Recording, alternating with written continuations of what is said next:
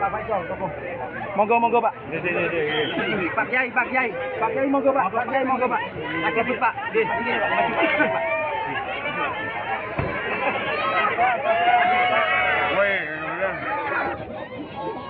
Jangan dikerumun dulu. Sabar ya.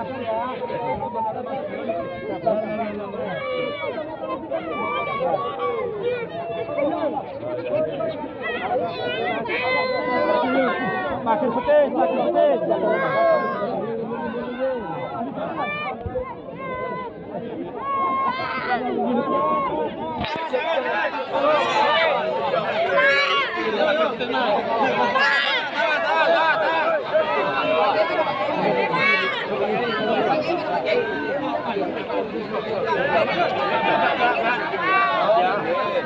Awas mas. Pasukan nih mas.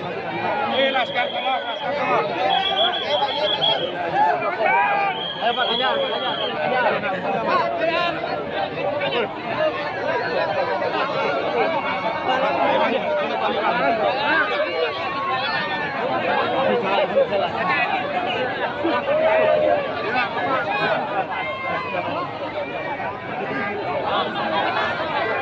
Dijaga ya.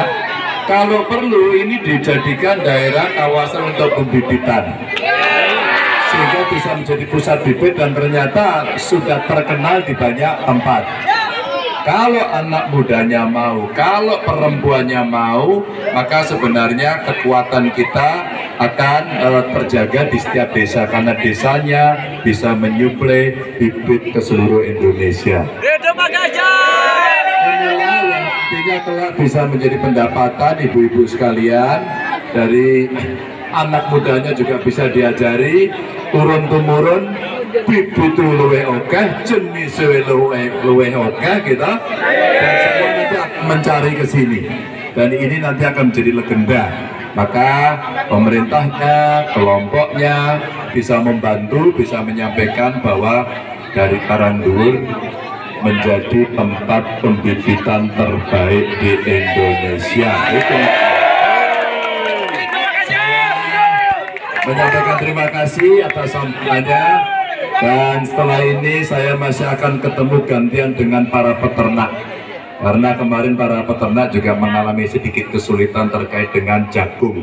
Maka pada saat saya temui beberapa tempat, mereka menyampaikan kondisi-kondisi di mana, Pak, tolonglah kami dibantu. Maka kalau koperasi petani berjalan, maka semuanya akan bisa saling mengisi. Nah, ini yang kemarin saya sampaikan. Memang antara peternak dengan petani, pekebunnya juga sama, harus bisa bekerja sama semuanya. On, tak dongake sehat kabeh, sing rukun, muga-muga panjenengan semuanya semangat terus. Terima kasih, salam untuk keluarga. Assalamualaikum warahmatullahi wabarakatuh.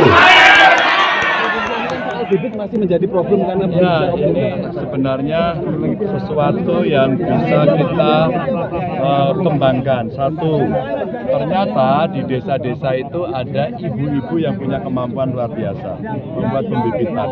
Tadi saya lihat jeruk, ada belimbing, ada alpukat, sehingga banyak sekali.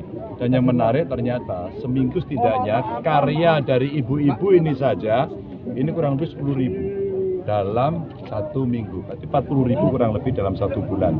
Kalau kemudian ini bisa optimal dan bisa dikembangkan, ini sungguh kekuatan satu ekonomi, dua bisa memenuhi berbagai bibit yang ada. Dan ternyata tadi dikirimnya sudah ke banyak tempat, ke Kalimantan, ke Sulawesi, se-Indonesia. Dan ternyata dari desa Karangduwur yang ada di Kemiri Purworejo ini. Nah, kalau kemudian pemberdayaan itu bisa kita lakukan, pendampingan pada ibu-ibu ini dilakukan, satu, tenaga kerja terserap. Ibu-ibu makin berdaya. Mungkin anak mudanya akan jauh lebih bagus lagi, lebih sistematis lagi, dan ini tinggal didampingi aja sama pemerintah.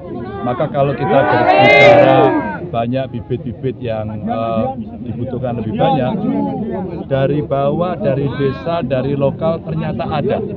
Tinggal perhatian kita dari pemerintah untuk bisa mengembangkan mereka. Jadi dari sisi kualitasnya, potensi ekonominya, sampai nanti kita kembangkan pada model distribusinya. Keterlibatan BRIN dan perguruan tinggi Pak dalam Ini pertanyaan bagus ya. Kalau kemudian kita sudah tahu kondisi seperti ini, tinggal BRIN, perguruan tinggi bisa datang untuk melakukan checking kondisinya seperti apa.